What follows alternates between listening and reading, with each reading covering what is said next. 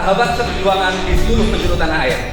Selamat datang di acara Si Oren bersama Bung Said Iqbal. Sebelumnya, mari kita sambut penampilan trio kelas pekerja.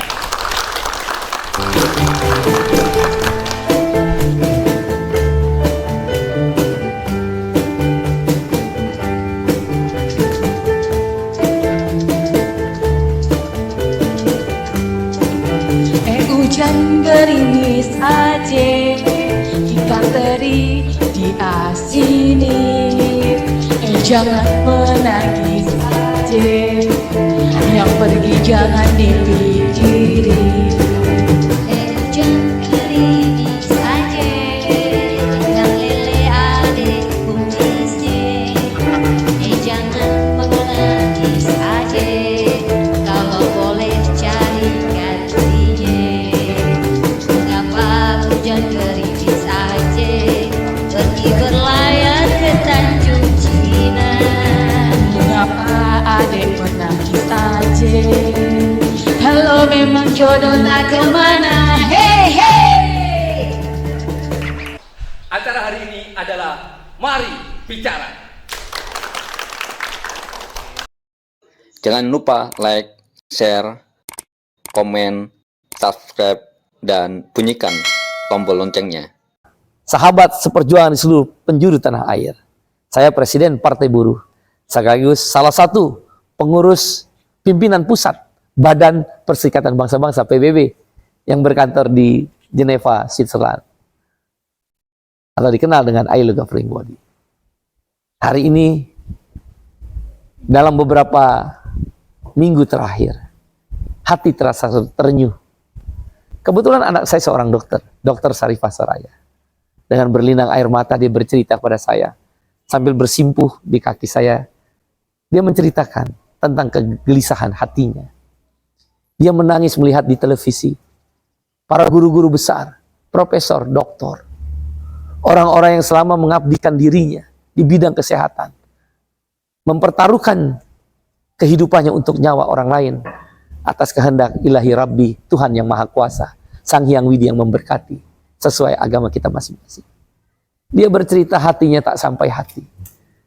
Para orang-orang tua yang mendedikasikan tentang nyawa manusia, profesor-profesor, dokter-dokter, dokter-dokter spesialis, dokter-dokter muda, para perawat, para bidan, para tenaga kesehatan. Mereka turun melimpah ruah, tumpah ruah, di jalan-jalan, di depan gedung DPR, di depan gedung DPRD, di depan istana, di jalan-jalan, letih tak terhiraukan, air mata dan keringat bercampur, sebagaimana air mata anak saya. Mereka bercerita tentang bagaimana telah disahkannya Undang-Undang Kesehatan oleh DPR RI yang menjadi harapan mereka untuk menjadi penyeimbang terhadap diskusi dan debat-debat dari usulan pemerintah. Menteri Kesehatan yang kebetulan seorang bankers. Seorang bankers punya naluri tentang komersialisasi. Tidak berbicara tentang sebuah pelayanan dan pengabdian. Saya paham tentang rasa dari anak saya. Itu juga yang dirasakan oleh para dokter-dokter seluruh Indonesia. Baik yang bergabung di Ikatan Dokter Indonesia IDI maupun tidak. Para perawat yang bergabung di organisasi perawat. Para bidan yang bergabung organisasi bidan. Kalau memang undang-undang kesehatan ini adalah untuk kebaikan rakyat dan para tenaga medis, mengapa ditolak oleh para guru besar, perawat, bidan, dan tenaga kesehatan lain? Tentu mereka akan bersuka cita menyambut undang-undang kesehatan. Sebagai ILO Governing Body dan diberi amanah Presiden Partai Buruh, saya mencoba menelaah tentang undang-undang kesehatan. Mulailah saya bertemu pada satu titik, di mana kegelisahan para dokter, perawat, bidan, dan tenaga kesehatan lain tentang datangnya tenaga-tenaga kesehatan baik dokter maupun perawat, bidan, dan sebagainya dari asing masuk ke Indonesia tanpa harus melalui penelitian. Setidak-tidaknya ada satu pemeriksaan dari Ikatan Dokter Indonesia. Apakah kualifikasinya sesuai dengan kebutuhan?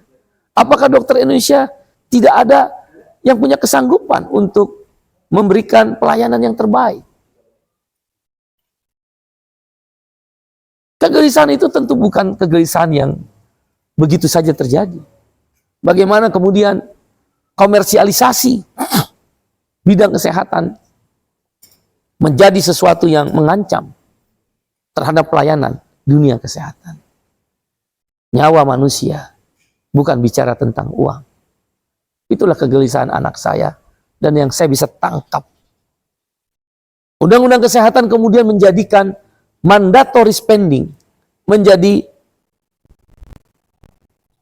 money follow program. Mandatory spending dalam pemahaman saya, berapapun biaya kita rawat inap akan dibayar oleh BPJS Kesehatan. Kami, kebetulan saya, waktu itu adalah Sekretaris Jenderal Komite Aksi Jaminan Sosial tahun 2010 yang lalu. Kami berjuang turun ke jalan.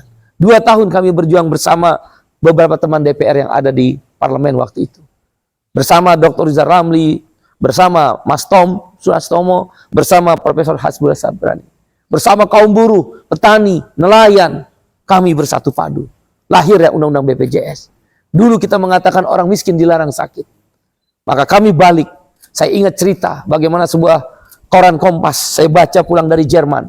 Ada seorang anak yang dipangku oleh ayahnya berdiri. Anak balita sudah mati, meninggal dunia. Naik kereta api listrik KRL Bogor, Jakarta. Sampai Jakarta ditolak untuk menguburkan anaknya. Hanya karena miskin. Air mata berlinang sang ayah. Apakah karena dia miskin? Tidak bisa dia menguburkan anaknya. Dia balik lagi ke Bogor. Naik KRL dipangku lagi. Digendong. Semua melihat tentang seorang ayah menggendong anaknya yang telah meninggal dunia. Di Bogor pun ditolak. Disitulah darah saya mendidih. Saya berpikir, di mana negara? Indonesia yang begitu kaya melimpah ruah. Anjing mati di ujung gang. Kucing mati tertabrak oleh kita. Kita kubur secara baik-baik. Ada anak manusia. Dia gendong dari KRL Jakarta menuju Bogor, Bogor Jakarta. Negara tidak hadir. Tidak bisa menguburkan anaknya. Apakah anjing lebih mulia dari seorang anak? Padahal kita adalah negara Pancasila. Itulah yang kemudian kami berjuang BPJS, SJSN. Kita terima kasih kepada presiden-presiden yang telah mengesahkan itu. Unlimited biaya, seluruh jenis penyakit, dan seumur hidup. Hari ini dengan mandatory spending dirubah, biaya dibayar semua, dirubah menjadi money follow program. Artinya, kita akan ikut beban bayar, urun bayar. Misal, saya sakit jantung 100 juta. Mungkin saya bayar 30 juta, karena money follow program, efisiensi, biaya, 70 juta dibayar BPJS. Buat apa ada BPJS? Kita berjuang sama-sama waktu itu. Kita harus lawan undang-undang kesehatan ini. Kamar rawat inap standar, KRIS, menghilangkan kelas 1, kelas 2, kelas 3. Padahal iurannya beda. Kelas 1 beda, kelas 2 beda, kelas 3 beda. Bahkan buruh bayar 1%, pengusaha bayar 4%. Yang mandiri bayar berbeda. Bagaimana kemudian jadi kamarnya distandarkan kelas 3?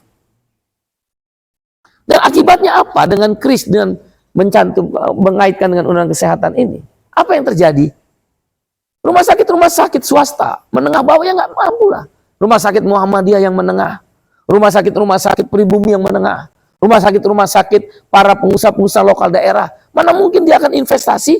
Biasanya satu kamar 6 orang, 8 orang, disuruh 4 orang. Uangnya nggak dikasih untuk merombak kamar. Akibatnya apa? Dia nggak bisa menjadi penyelenggara jaringan BPJS. Yang terjadi apa? 7 taipan orang kaya-kaya yang bermain di bisnis kesehatan. Begitu undang-undang kesehatan disahkan, sahamnya diberitakan naik, semuanya naik 3%. Ya jelas orang mau. Karena di situ ada kue untuk jaminan kesehatan itu. 500 triliun. Mungkin sekitar 200 triliun yang berputar di BPJS, 300 triliun atau 200-300 triliun yang berputar di komersial. Siapa yang tidak tergiur dengan komersialisasi 500 triliun itu?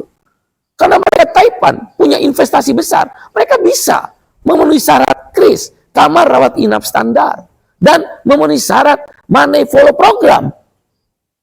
Karena mereka punya uang banyak. Apa yang akan terjadi lagi? Mereka akan bikin klinik-klinik di bawahnya. Dari taipan-taipan ini. Bagaimana dengan kalangan masyarakat menengah? Anda ingat Indomaret dan Alfamart. Dulu pertama hanya di kabupaten kota. Sekarang sampai kelurahan, bahkan RW. Berhadap-hadapan. Akibatnya apa? Secara perlahan toko kelontong rakyat kecil habis. Anda ingat bagaimana kita premium tidak naik harga. Dimunculkan Pertalite dan Pertamax. Tapi begitu naik, ada Pertalite naik harga, premium hilang. Di sekitar daerah-daerah kota besar. Itu sama aja premium hilang. Orang akan beli Pertalite. Naiknya harga kekinian. Di dunia kesehatan akan dilakukan kebijakan itu. Rasanya kita harus bangkit melawan. Dan saya akan berjuang bersama Partai Buruh dan organisasi serikat buruh. Kita akan melakukan judicial review tentang undang-undang kesehatan. Kembalikan kepada mandatory spending. Kris boleh berlaku hanya rumah sakit pemerintah. Rumah sakit swasta yang akan menjalani program kris, kamar rawat inap standar, dia harus mendapat pinjaman dengan bunga lunak. Kalau perlu tidak ada bunga dari pemerintah dan BPJS. Stop komersialisasi. Walaupun Anda Menteri Kesehatan, jangan komersialkan negeri ini di dunia kesehatan. Saudara, sahabat seperjuangan di tanah air, bangkit melawan atau diam tertindas. Selamatkan anak kita. Kami bersama para dokter, perawat, dan bidan serta tenaga kesehatan berjuang melawan undang-undang kesehatan dicabut, dan kami akan setuju turun ke jalan bersama mereka. Aksi-aksi digerakkan. Terima kasih sahabat seperjuangan.